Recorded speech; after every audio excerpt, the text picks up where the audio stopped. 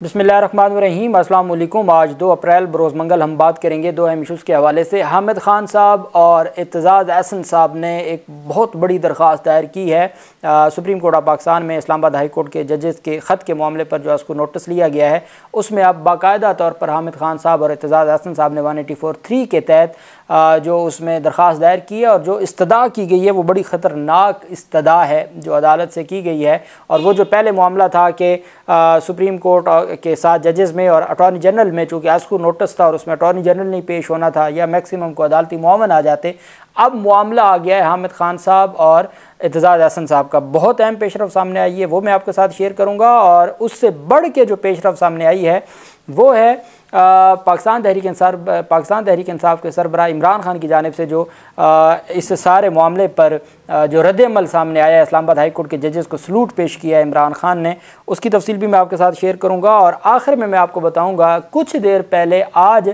Islamabad high court के एक जज साहब को थ्रेट लेटर मौसूल हुआ है और जिसमें धमकियां और डराने वाले निशानात मौजूद थे और एक पाउडर मौजूद था जिस पर फिर इस्लामाबाद इंतज़ामिया ने दहशतगर्दी का मुकदमा दर्ज करने का हुक्म दिया है। उसकी तफसील भी मैं आपके साथ शेयर करूंगा। सबसे पहले तो मैं आपको बता दूं, Lahore high court bar association through its president Asad Manzoor but Lahore high court Lahore ने ये दरख्वास्त दायर की है। ये Lahore high court bar association की ऑफिशियल दरख्वास्त है जो बतौर एक इदारा दरख्वास्त दायर की गई है सदर की जानिब से। गवर्नमेंट ऑफ पाकिस्तान को इसमें फ़रीक बनाया गया है और फेडरेशन ऑफ पाकिस्तान को फ़रीक बनाया गया है। और application under article 184(3) of the constitution of Islamic republic of Pakistan. इसको Sheikh Mahmood Ahmad advocate on record ने फ़ाइल किया है और इसको लिखवाया Mohammad Waqar Rana advocate supreme court और Ajmal Ghaffar Toor advocate supreme court हैं।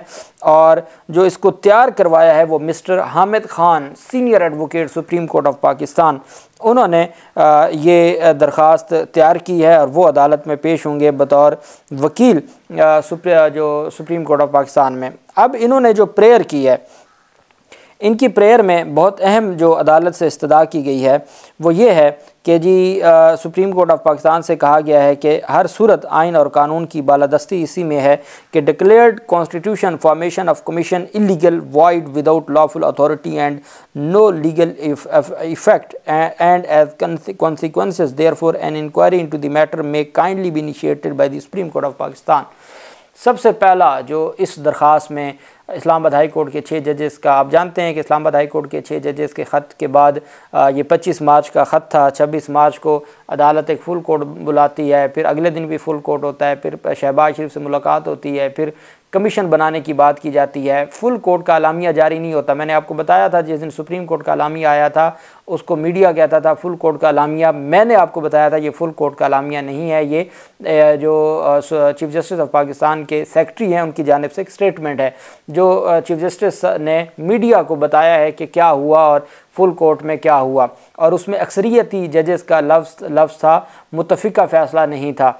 उसके बाद जो सीनियर रिपोर्टर्स हैं सुप्रीम कोर्ट ऑफ पाकिस्तान के, वो ये बताते हैं कि तसद्दुक़ जिलानी साहब को पहले ये बताया गया था कि आपका नाम फुल कोर्ट में डिस्कस हुआ और आपके नाम पर तमाम मुत्तफ़िक हुए बतौर कमीशन के सरबराह के।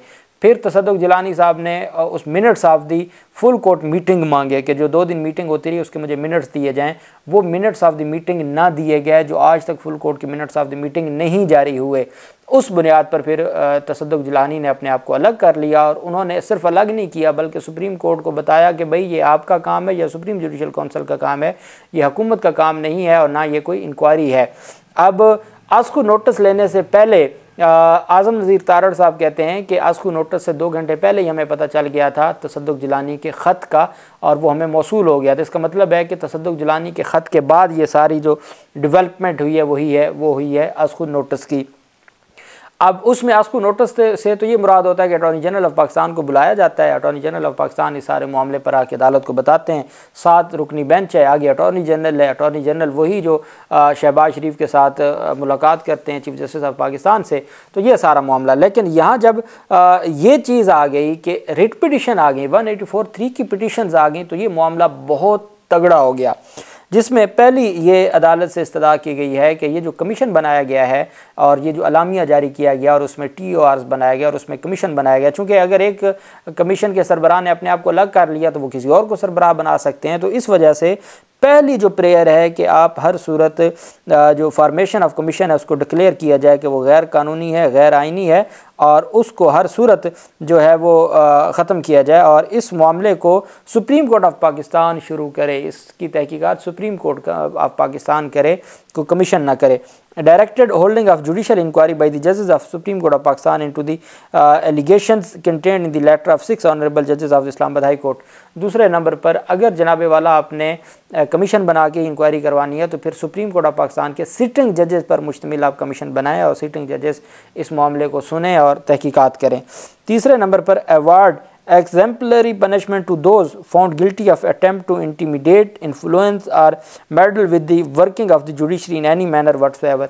और वो तमाम अनासर जो मुदाखलत कर रहे थे, जो धमकियां दे रहे थे, जो जजेस के काम में खलल डाल रहे थे, उनको आप मिसाली सज़ाएं दें ताकि कभी कोई अदलिया के मामलात में या जजेस के मामलात में इंटरफेयर न करे। Any other relief in the fact and circumstances of the instant case may kindly be allowed। और भी कोई रिलीफ अदालत बेहतर समझे तो वो दिया जाए। ये है Lahore high court bar association बतौर इदारा दरख्वास्त। उसके बाद आ जाती है एतजाज़ अहसन साहब की दरख्वास्त। Aitzaz Ahsan son of Chaudhry Mohammad Ahsan, Zaman park, canal bank road, Lahore, और साथ उसमें कहा गया कि senior advocate of supreme court of Pakistan, federation of Pakistan through the secretary ministry of law and justice, Pak secretariat constitution avenue Islamabad, the secretary ministry of defence, Pak secretariat constitution avenue Islamabad, constitution under article 184(3) of the constitution of Islamic republic of Pakistan. इसमें जो अदालत से इस्तदा की गई है, for the reason set fourth above the petitioner praise that this court grant the following relief. अब जो एतजाज़ अहसन साहब ने सुप्रीम कोर्ट ऑफ पाकिस्तान से रिलीफ मांगे हैं, कौन सा जी? पहला, declare that the judge's letter and the allegation by Justice retired Shaukat Siddiqui constitute evidence that the ISI and the operative have been involved in unlawful attempts to influence judicial decision of Islamabad High Court and the district judiciary in Islamabad, which requires immediate further judicial inquiry and action। कि जी जो मौजूदा 6 जजेस के इल्ज़ामात हैं और साबिक जज शौकत अज़ीज़ सिद्दीकी साहब के जो इल्ज़ामात हैं उनके ऊपर आप जुडिशल इंक्वायरी करके इसको हमेशा हमेशा के लिए इन मामलात को सेटल करें और तहकीकात करें। दूसरे नंबर पर, declare that any all such actions are clearly unlawful and unconstitutional and a serious threat to the rule of law and independence of judiciary. और अदालत ये भी डिक्लेयर करे कि इस तरह के जो अदलिया में मुदाखलत है ये अदलिया की आज़ादी को बहुत बड़ा थ्रेट है और अदलिया की आज़ादी को तबाह करने के मुतरादिफ है। अदालत ये भी डिक्लेयर करे। तीसरे नंबर पर जी, establish a 3 member commission comprising sitting judges of the Supreme Court to determine which officers and operatives of the agencies or other persons of executive, if are any or were involved in such an unlawful acts, and to report its findings to this court। सबसे पहला काम ये है कि 3 जजेस supreme court of Pakistan के वो sitting जजेस हों और उन पर मुश्तमिल एक इंक्वायरी कमीशन हो जो इस मामले की तहकीकात करे कि कौन शख्स या कौन से लोग या कौन सा इदारा एग्जेक्टिव का वो जजेस को डराने धमकाने में या मुदाखलत करने में मुलव्वस है, उसकी रिपोर्ट सुप्रीम कोर्ट में जमा करवाएं। वो जवाब दे सुप्रीम कोर्ट को हूँ, ना कि हुकूमत को। Direct the federal government to terminate from service all such individuals with which the said commission determines are involved in such unlawful acts without any retirement or other benefits being payable to them from the national exchequer, and in the case of individuals who have already retired to direct that no retirement or other benefit shall be paid to them। Supreme court को एतजाज़ अहसन साहब ने कहा कि जनाबे वाला जिनके ऊपर मामला आता है, जिनके ऊपर इल्ज़ाम लगता है या जिन पर इंक्वायरी जिनको ज़िम्मेदार करार देती है, उनको आप नौकरियों से हटाएं, उनको कोई बेनिफिट नहीं दें, उनको कोई पेंशन नहीं दें, उनको कोई अवामी टैक्स के पैसों से पैसे ना दें। जो रिटायर हो चुके हैं, जैसे शौकत सिद्दीकी का मामला है, तो जो रिटायर हो चुके हैं उनकी भी तनख्वाह जो पेंशन और मराहत हैं वो बंद कर दी जाएँ और उनके ख़िलाफ़ कार्रवाई हो। Declare that any government servant, including any serving army officer or operatives of the agency who seeks to influence judicial proceedings or judges, shall be liable to forthwith be terminated from service without any retirement or the other benefits being payable to such individual from the national exchequer, कि कोई भी इदारों का अफसर है जो इस सारे मामले में मुलव्वस है उसको भी आप ओहदे से हटाएं और उसको भी कोई मरात नहीं देनी। Direct the federal government to make appropriate rules as may be required for the purpose of prayers D and E above and submit the sum to this court with in stipulated time period.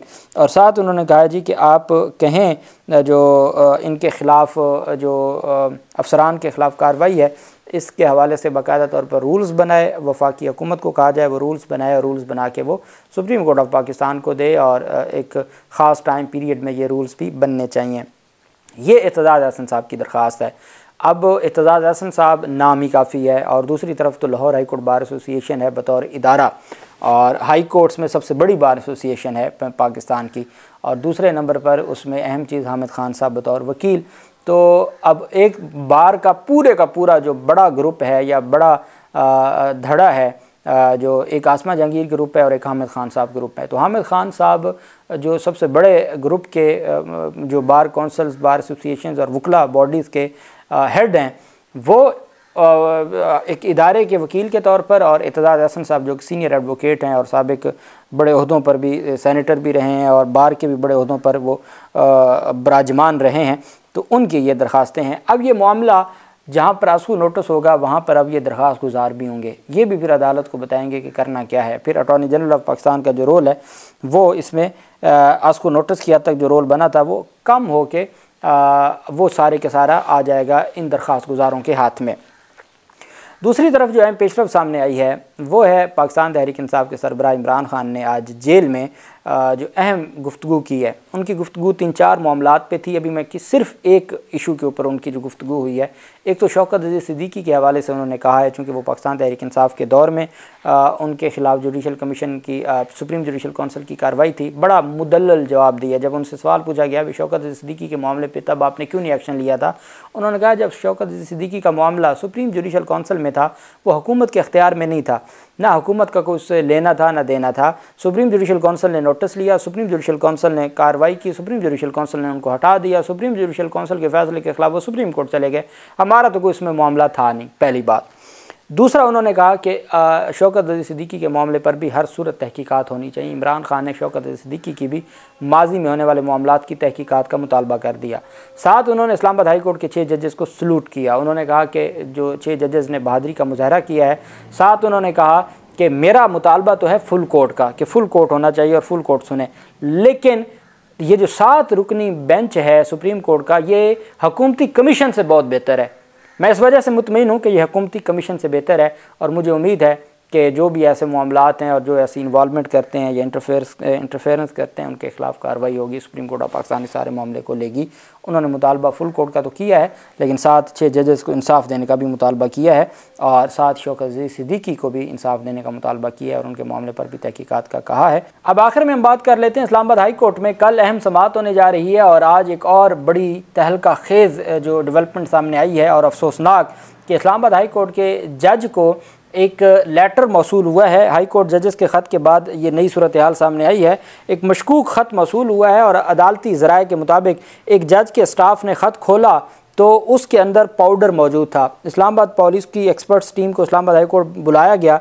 ख़त के अंदर डराने धमकाने वाले निशानात भी मौजूद थे। किसी खातून ने बग़ैर अपना एड्रेस लिखे ख़त हाई कोर्ट जजेस को अरसाल किए।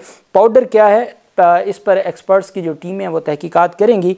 साथ ही जजेस को मशकूक ख़त मौसूल होने पर इस्लामाबाद हाई कोर्ट इंतज़ामिया ने पुलिस को फौरी तौर पर दहशतगर्दी की दफ़ात के तहत FIR दर्ज करने का हुक्म दे दिया है।